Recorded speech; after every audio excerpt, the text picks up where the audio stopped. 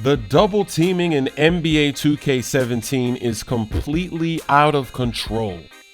It's so bad that it's almost game breaking. Almost. You can still play the game, but your gameplay is going to be incredibly repetitive because you can't do anything. As soon as you cross the half court line, you're going to get double teamed.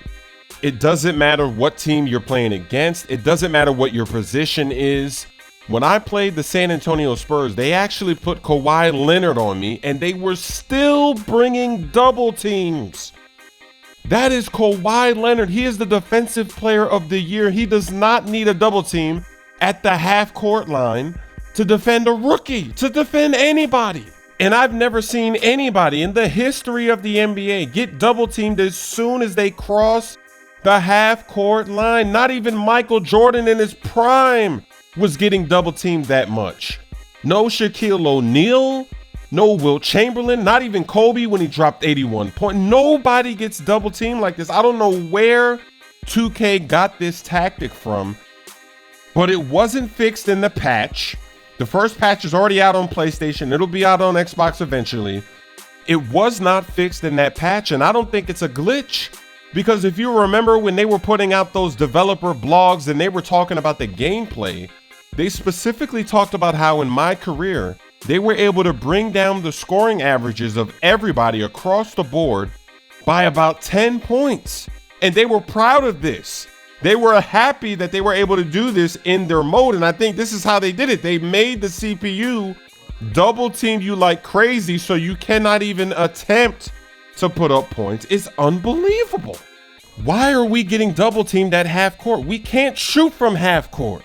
Why would you do that for the entire game? Even when the game is over at the end of the game, you're winning the game by 20 points and they're still double teaming you immediately every single second that you touch the ball.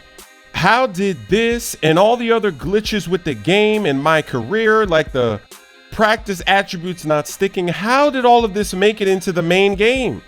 If anybody was playing this game, testing this game, they would have seen the double team cheese. They would have seen the help defense cheese. They would have seen the attributes cheese. They would have seen all this cheese. How did this make it to the main game? But the question is why? Why does 2K care how many points you score in my career offline against the CPU? Why does it matter? Why are they messing with the fun factor? I blame eSports. Ever since 2K got into eSports, clearly this game was designed with eSports in mind. They're trying to balance the game online. So they made all these different archetypes. That's why we can't just be star players. We have to be role players. You got to pick between these different types of players. They're basically role players because when you're playing a Pro-Am, you need every type of player. You need that speedy point guard. You need that sharpshooter. You need that rebounder, that defender. They're trying to make it like other esports where they have roles. They have a team of players and everybody has their role. They're trying to do that with the basketball game, but they're ruining the game for everybody else.